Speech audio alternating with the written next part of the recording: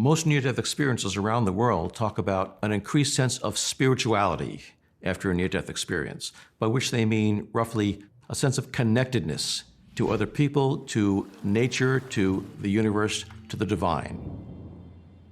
One of the questions that people often ask about near-death experience is whether they provide proof that we survived death. They don't provide proof for other people. They certainly provide proof for the experiencer, but not for the rest of us.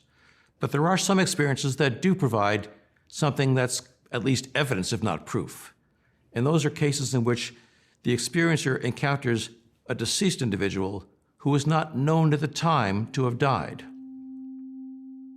One person that I know, Jack, was hospitalized in his mid-20s, and he had one nurse who worked with him every day.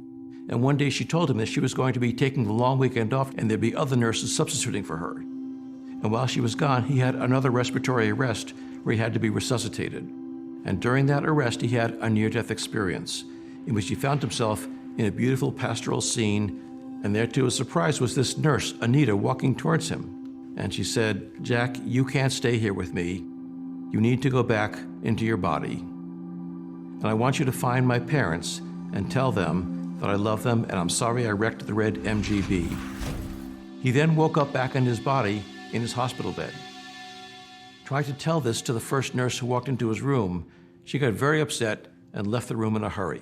It turned out that this nurse of his, Anita, had taken the weekend off to celebrate her birthday, and her parents had surprised her with the gift of a red MGB for her 21st birthday.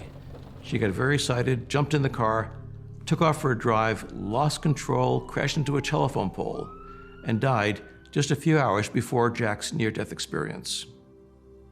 Now, there's no way he could have known or expected that she was going to be dead, and certainly no way he could have known how she died, and yet he did. And that seems to be evidence that something about this nurse, Anita, still persisted after her death and was able to communicate accurate information to Jack. Does that mean we live forever? Not necessarily. It certainly means something about our minds can survive death of the body, at least for a time. Virtually every near-death experiencer that I've talked to has said without any doubt in their minds that we do continue after death. No matter how they describe their NDE, they describe having existed without their physical bodies, when their physical bodies were essentially dead, and yet they were feeling better than ever. There's got to be more to the world than just the physical realm to explain these events. I think the ultimate question raised by near-death experiences is, what are we as human beings? Are we just physical machines? Are we spiritual beings? Are we some amalgam of both? I don't know the answers, but now I'm much more comfortable with not having the answers.